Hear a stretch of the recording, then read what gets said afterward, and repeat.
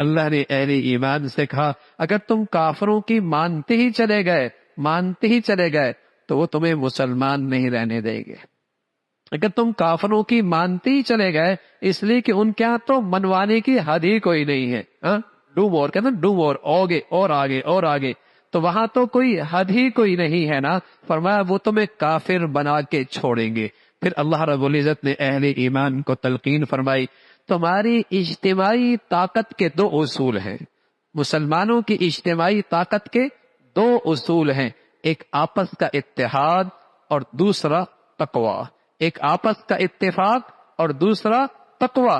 یہ مسلمانوں کی طاقت کے بنیادی اصول ہیں. اور ساتھ یہ بھی فرمایا کہ ساری امت مسلمہ اگر اکٹھی ہو سکتی ہے تو اس کی بنیاد صرف اور صرف اسلام ہے.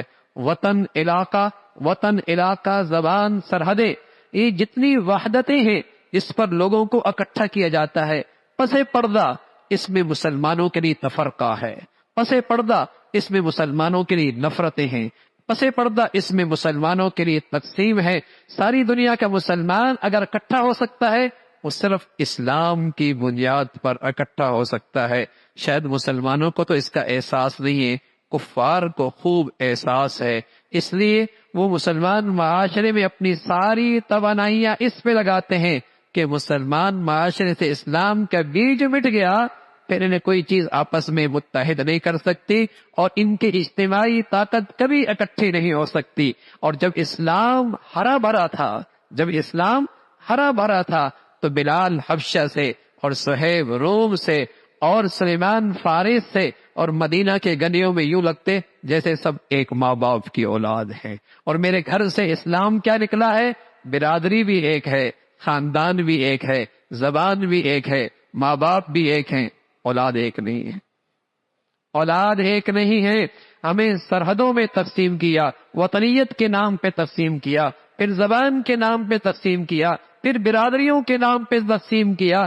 تقسیم کرتے چلے گئے اس لیے کہ اسلام کی بہار زندگیوں سے رخصت ہو گئی ہے.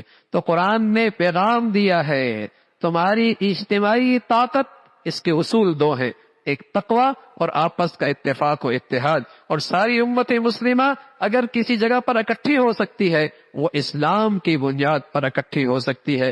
اس لیے اسلام معاشرے میں ہرا بھرا رہے اور اس کی تازگی رہے تو ایک طبقہ تم میں ایسا بھی ہو جس کا کام ہی اسلام کی خدمت ہو. ایک طبقہ تمہارے میں ایسا بھی ہو جس کا کام ہی صرف اسلام کی خدمت ہو. لیکن لوگ سمجھتے ہیں یہ بھی کوئی کام ہے، جس پر اس امت کی بقا ہے، جس پر اس امت کا اتحاد کی بقا ہے، جس پر اس امت کا تحفظ ہے. لوگ کہتے ہیں یہ بھی کوئی کام ہے. تو اللہ کہہ رہا ایک طبقہ ایسا ہونا چاہیے جس کا کام ہی اسلام کی خدمت ہو، برائیوں سے روکنا، اچھائیوں کو پھیلانا، یہ فروغ دینا اس کا کام ہے، بلکہ یہ اس امت کا اعزاز رہا ہے.